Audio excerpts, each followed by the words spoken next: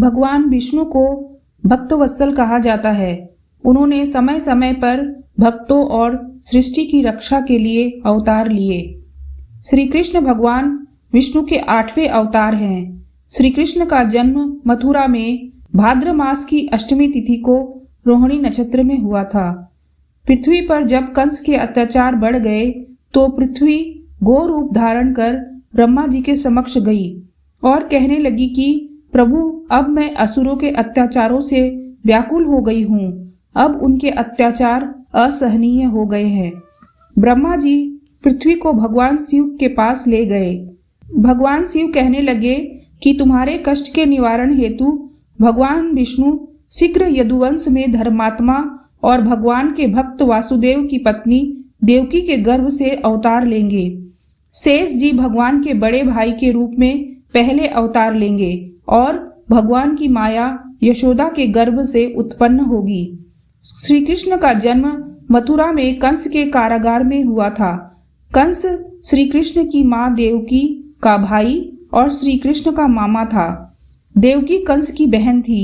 देवकी और वसुदेव जी के विवाह के बाद जब कंस अपनी बहन देवकी की विदाई कर रहा था तो आकाशवाणी हुई कि तुम्हारी बहन का 8वां पुत्र तुम्हारी मौत का कारण बनेगा।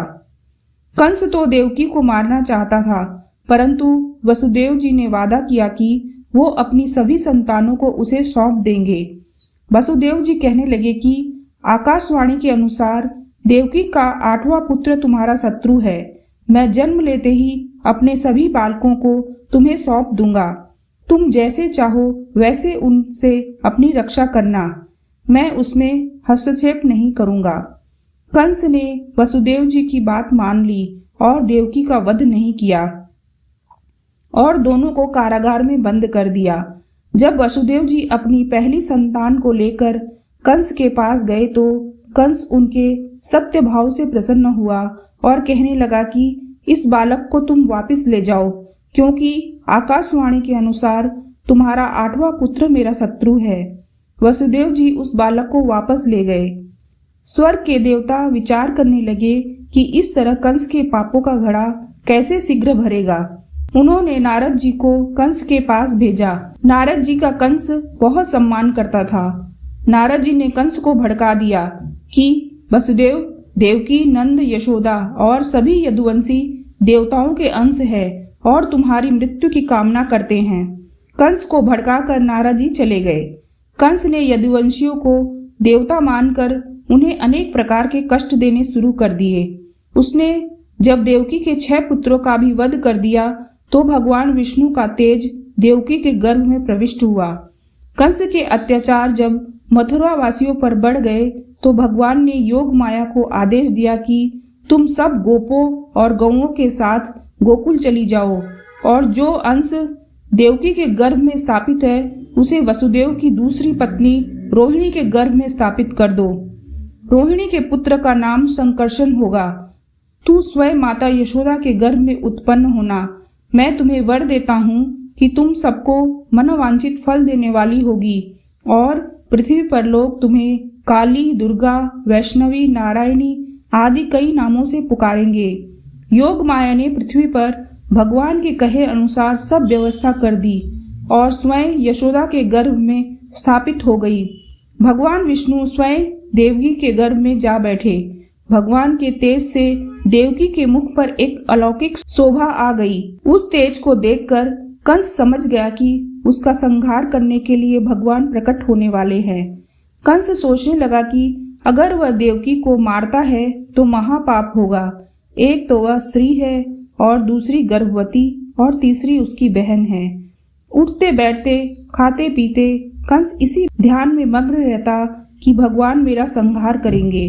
उधर सभी देवता मिलकर बंदी गृह में आए और स्तुति करने लगे कि हे करुणा निधान, इस पापी का वध कर अपने भक्तों की इसके अत्याचारों से रक्षा करे। सभी देवता भगवान की स्तुति कर अपने अपने लोक चले गए। भगवान कृष्ण के जन्म के समय पृथ्वी धन धान्य से परिपूर्ण हो गई। नदियां जल से परिपूर्ण हो गई। भगवान के अवतरण की बात सुनकर देवताओं में आनंद की लहर दौड़ गई। आकाश में नगाड़े दुंदुभी बजने लगे। सिद्धगण, किन्नर, गंधर्व सभी भगवान का गुणगान करने लगे। फूलों की वर्षा होने लगी। श्री कृष्ण का जन्म भाद्र मास की अष्टमी तिथि को रोहिणी नक्षत्र में हुआ था। घोर अंधकार भरी रात्रि में भगवान अपने चतुर्भुज रूप में प्रकट हुए। उनका श्याम वर्ण रूप, कमल के समान नेत्र, 4 भुजाएं जिनमें शंख, चक्र, गदा और पद्म सुशोभित था, पीतांबर और गले में वैजयंती माला, कानों में मकराकृत कुंडल, मस्तक पर किरीट और मुकुट सुशोभित था। जब श्री कृष्ण बंदी गृह में प्रकट हुए तो बंदी गृह प्रकाशित हो गया, जिससे वासुदेव जी की आंखें चमक उठी।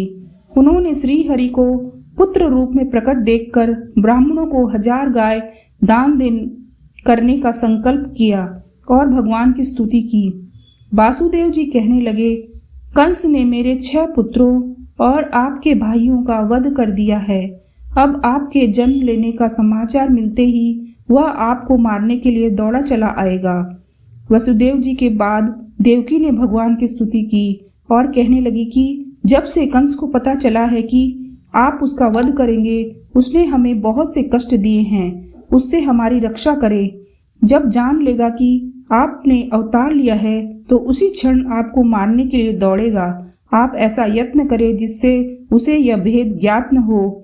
आप इस चतुर्भुज रूप को गुप्त रखें। भगवान देवकी की ममता भरी बातें सुनकर कहने लगे कि इससे पहले तीसरे जन्म में देवकी तुम और वसुदेव ऋषि और सुतपा नाम के प्रजापति थे।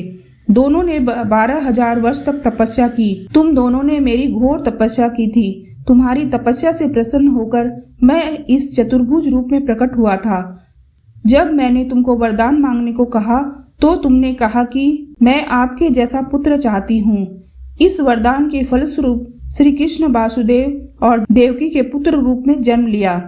श्री कृष्ण वासुदेव जी से कहने लगे कि अगर तुम दोनों को कंस से भय है तो मैं बालक बन जाता हूँ और तुम मुझे गोकुल पहुँचा दो और वहाँ यशोदा के गर्भ से मेरी योग माया ने जन्म लिया है, उसे तुम यहाँ वापस ले आना। भगवान ने बाल रूप धारण कर लिया। भगवान की योग माया से द्वारपालों को निद्रा आ गई। जेल के द्वार अपने आप खुल गए। मेघ जल की वर्षा करने लगे।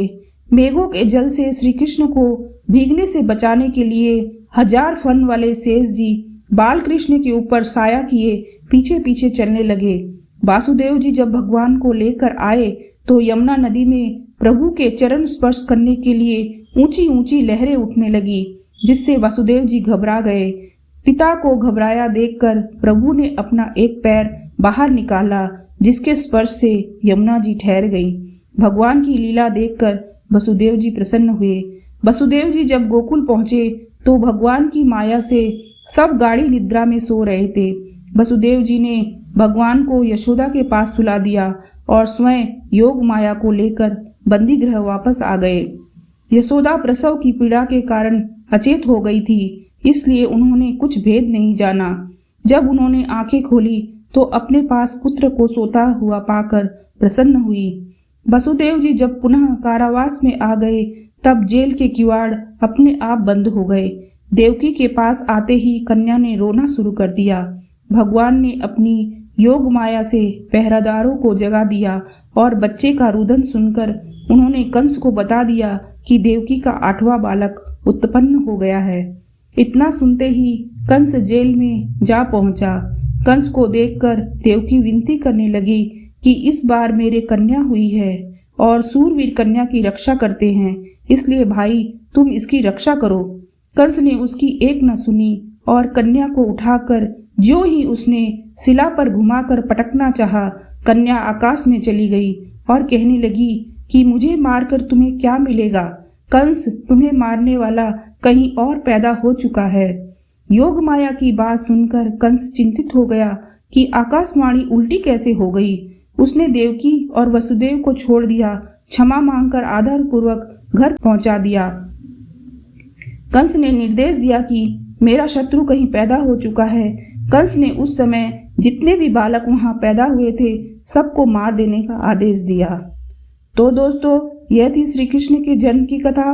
वीडियो आपको अच्छी लगी हो तो वीडियो को लाइक और चैनल को सब्सक्राइब जरूर करें। साथ ही कमेंट बॉक्स में जय श्री कृष्णा जरूर लिखें।